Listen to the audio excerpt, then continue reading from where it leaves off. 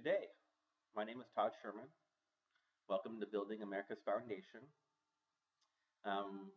Gonna basically give an update of kind of where we're at. Um, Last week, we were trying to really end our first fundraising campaign, our spring fundraising campaign. Now, to give some background, we started this fundraising campaign because our first recipient, Sheila, got a notification from Wells Fargo that they were foreclosing on her home. Sheila had been battling breast cancer, had a double mastectomy. Um, Recently, Angelina Jolie voluntarily went through it. Sheila did not. She had gone through radiation, number of treatments. So she hasn't been working for basically the last 3 years. And so she, is at risk. She went through and she got the deference, from the mortgage companies where they say basically it's okay for you not to make a payment up until a certain time, and then you're kind of on a responsibility to start making the payments. But so she about a year ago went through that surgery, and she's been trying to recover since. Now she's getting better. I mean, she's looking really good. I've seen her in person. She's doing very good as far as her health is starting to come back. But anybody who's battled breast cancers knows that it's not an overnight thing. And so, my whole thing was, man, this person really needs help. Now, I received the application, processed it, we approved her, obviously with no income, but she was working. She was a teacher. She still has her teaching certificate. She was teaching special needs kids, and we know how much there is a need to teach special needs kids. Now, whether she's going to do that or do something else, I don't know.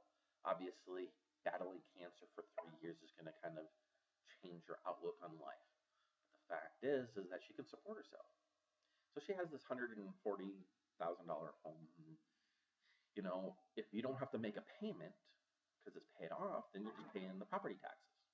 The cost of living goes way down because you can afford to work a little bit lower job. So the good goal was to try to help her and then get rid of her student loans too, which she used to go back to school late in life. She was married, she was working at home, raising her kids, and then when they split, she had to go back to school and start earning a living.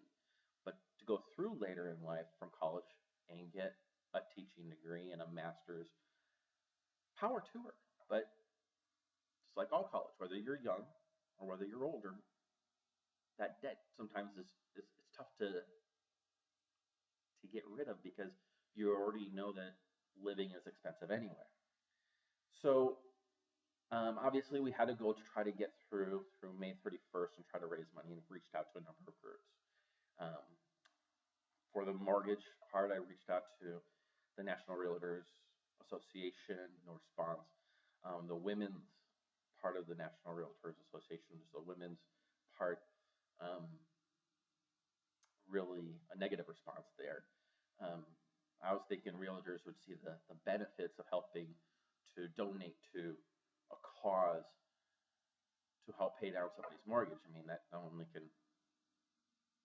kind of put your industry in a good light, right?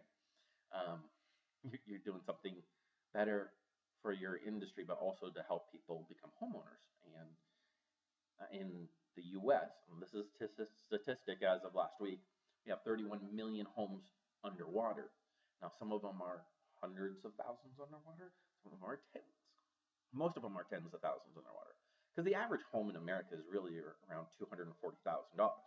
So not every home, like Sheila's home was only about 140 to 160,000. Most homes are really right around that area, especially the Midwest, South. You're going to have a lot of homes. Now, when you get expensive areas on the coast, obviously the prices rise. But that's not the majority. That's why the median's at 240,000. So underwater is going to have a lot of various meaning, but it's not overly expensive.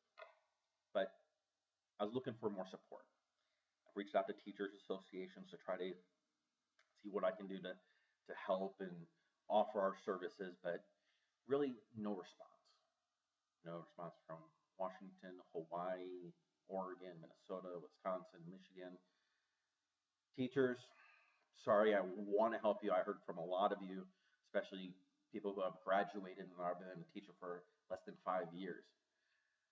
I don't know what the deal is with that, but you know, I mean, it wasn't even on a marketing basis. It was just whatever we can do to help get our name out there, even if it's a newsletter, because I mean, Americans helping Americans. This is what it's all about, and ultimately, this is what it is.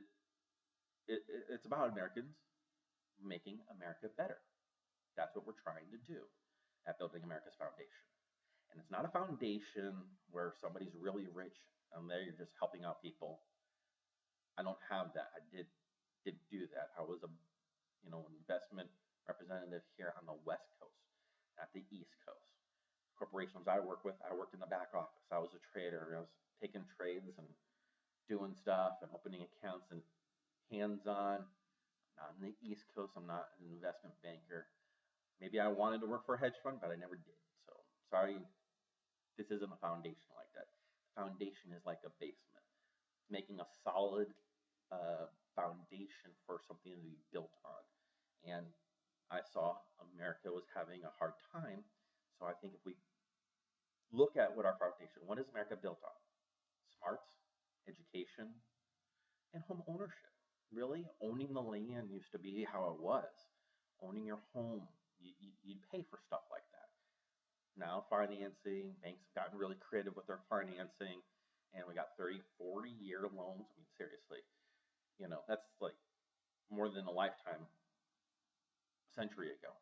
So it's one of those things that, at this point in time, I took that pretty hard this last weekend, and took me some time to think about it. But we find ourselves at a crossroads here. I financed everything so far up to date.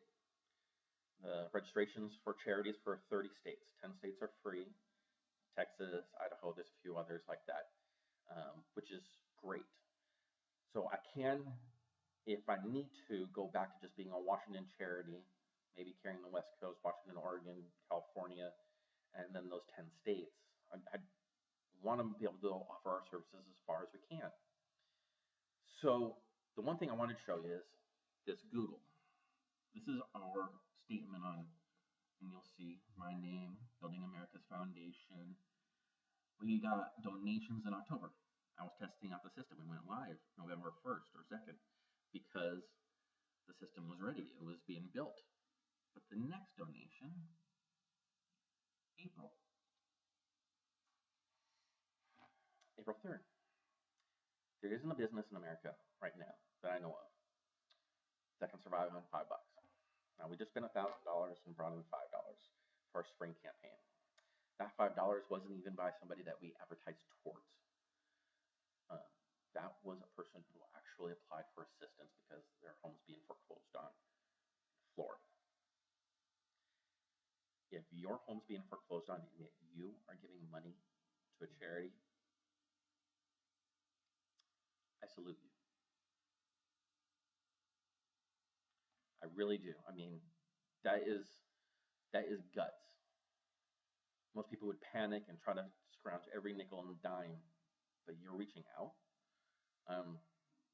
Man, that $5,